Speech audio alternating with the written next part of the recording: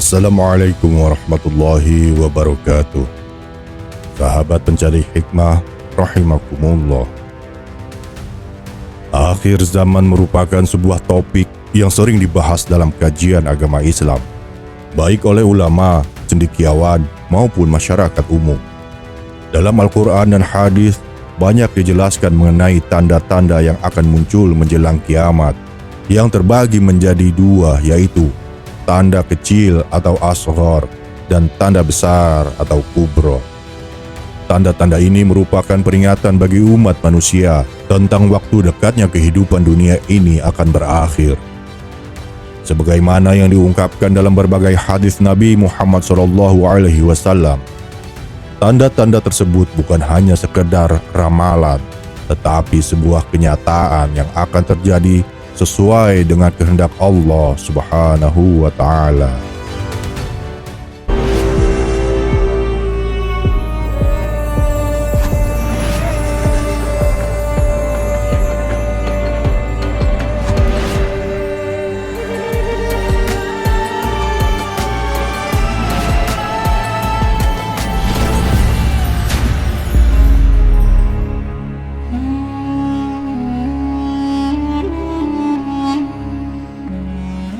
Sahabat pencari hikmah rahimakumullah.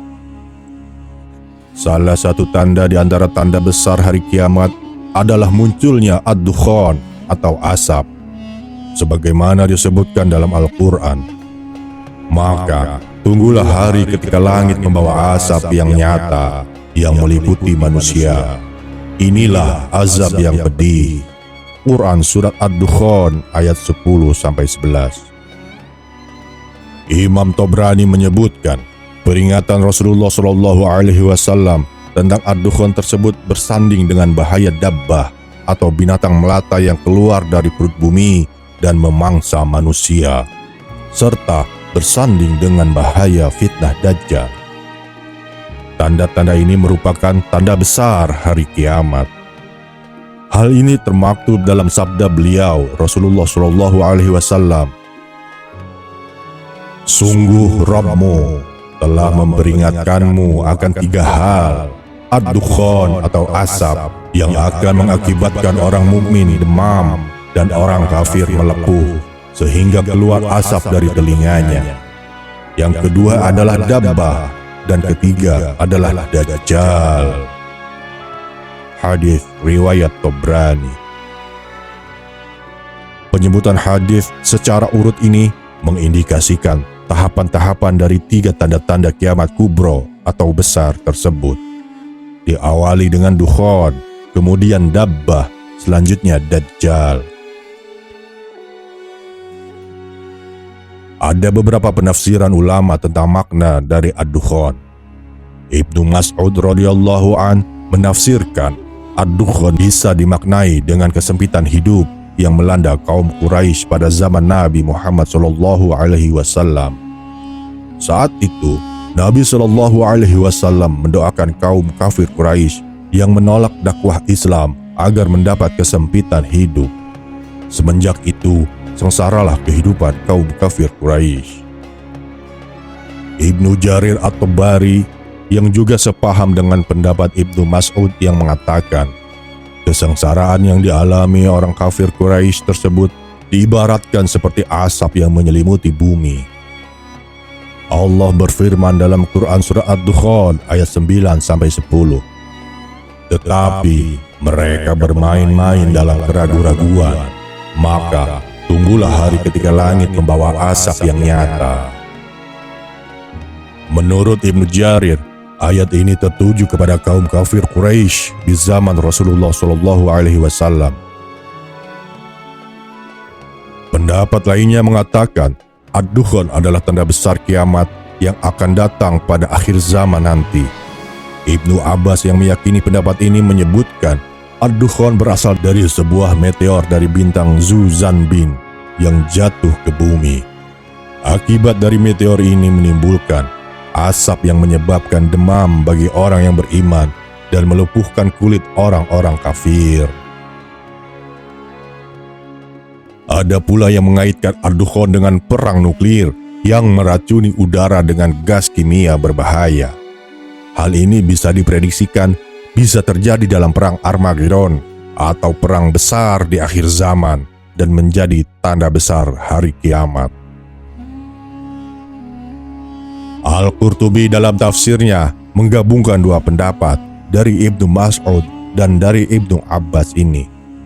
Menurut Al-Qurtubi, bisa jadi asap yang dimaksud ada dua sesi. Sesi pertama telah turun pada zaman Nabi Shallallahu Alaihi Wasallam untuk mengazab orang kafir Quraisy. Sedangkan sesi kedua menjadi tanda besar akan datangnya hari kiamat, yakni hantaman meteor ke muka bumi yang menyebabkan asap. Demikian seperti yang dipaparkan dalam Asyaratus Sa'ah, 10 tanda besar hari kiamat.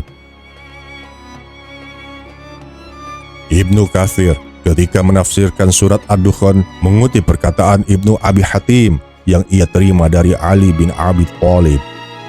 Menurut dia, hantaman meteor mengakibatkan kabut asap dan peningkatan suhu bumi. Orang beriman dilindungi dari mara bahaya tersebut. Kalaupun mereka terkena dampaknya, hanya berupa flu dan demam saja. Adapun dampak bagi orang kafir akan melepuhkan kulitnya, sehingga dari telinganya pun mengeluarkan asap.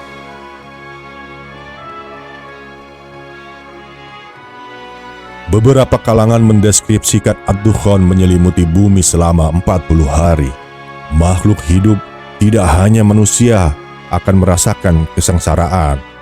Tak terkecuali orang beriman pun akan merasakan dampaknya, walau hanya sebatas demam dan flu biasa. Segala musibah yang diturunkan Allah kepada manusia ditujukan sebagai peringatan agar mereka kembali kepada Allah.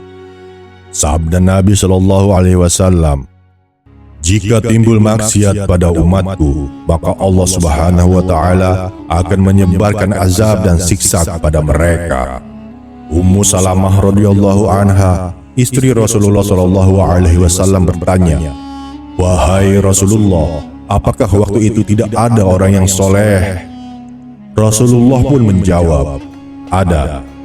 Ummu Salamah bertanya, "Apakah yang akan Allah perbuat kepada mereka?" Rasulullah Shallallahu Alaihi Wasallam bersabda, "Allah akan menimpakan kepada mereka azab sebagaimana ditimpakan kepada orang-orang yang berbuat maksiat. Kemudian mereka akan mendapatkan keampunan dan keridhaan dari Rabb-Nya." Hadis riwayat Ahmad. Sahabat pencari hikmah rahimakumullah, kata Dukhan yang bermakna asap itu ada dalam nyata, bukan khayalan semata. Telah tertuang dalam Quran surat Ad-Dukhan ayat 10. "Maka tunggulah pada hari ketika langit membawa kabut yang tampak jelas." Telah dijelaskan oleh Imam Al-Qurtubi dalam tafsirnya mengenai ayat tersebut, bahwa Ad-Dukhan diklasifikasikan menjadi 3 bagian.